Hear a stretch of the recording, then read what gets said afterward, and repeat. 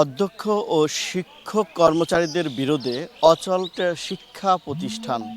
মানিকগঞ্জের শিবালয় উপজেলার সদরউদ্দিন ডিগ্রি কলেজের শিক্ষক কর্মচারীদের 17 মাসের বেতন বকেয়া সহ প্রায় 1 কোটি টাকা আত্মসাৎ এর অভিযোগ এনে কলেজের অধ্যক্ষ বাসুদেব শিকদার পদত্যাগ ও অপসারণের দাবিতে মানববন্ধন সহ বিক্ষোভ ও অন্যান্য কর্মসূচি পালন করেছেন সদরউদ্দিন ডিগ্রি কলেজের 53 জন শিক্ষক কর্মচারী। 3 মাস 4 মাসের বেতনের জন্য দাবি করলাম, দেওয়া হবে 1 মাস, কিন্তু প্রত্যেকবার মিটিং করা লাগবে, সিটিং করা লাগবে, অনেক আলাপ আলোচনা করে তারপর আমাদের বেতন নেওয়া হবে।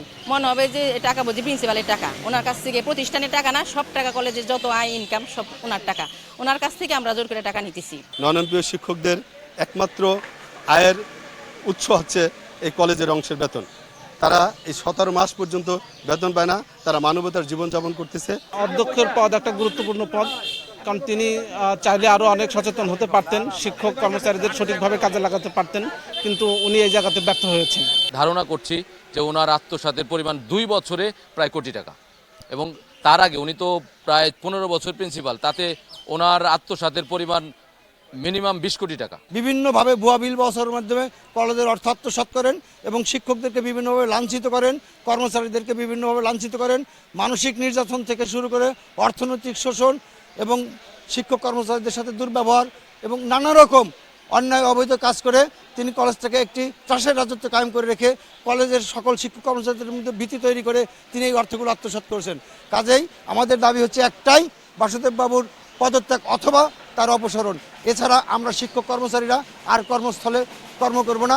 এসব অভিযোগ অস্বীকার করেছেন বাসুদেব শিকদার। তার পক্ষে যুক্তিও তুলে ধরেন তিনি। আমার বিরুদ্ধে যে আনিত অভিযোগ এটা সম্পূর্ণ বানোয়াট, একচেটিয়া, একপেশে এবং এটা উদ্দেশ্য প্রণোদিত। সরকারি নীতিমালায় কলেজের কার্যক্রম সময় হচ্ছে সকাল 10টা থেকে 4টা পর্যন্ত, বাট এরা ওই 10টার পরে এসে ক্লাস টাইম অনেক টিচার প্রাইভেটও পড়ায়। অনার্সের এবং ডিগ্রি ক্ষেত্রে নিয়মিত ক্লাস নেয় না এরা, অথচ তারা 12 মাস নিয়মিত বেতন চায়। কিন্তু অনার্স খাতের আয় দিয়ে তো অনার্সের টিচারদের, আমাদের এমপিওভুক্ত টিচাররা দাবি করেছে অনার্সের আয় দিয়ে অনার্সের টিচারদের বেতন দেন। আমি তাদেরকে বলে কয়ে রিকোয়েস্টের মাধ্যমে তাদেরকে বেতন দেই। এই বেতনটা প্রতি মাসে আমার 4,75,000 টাকা।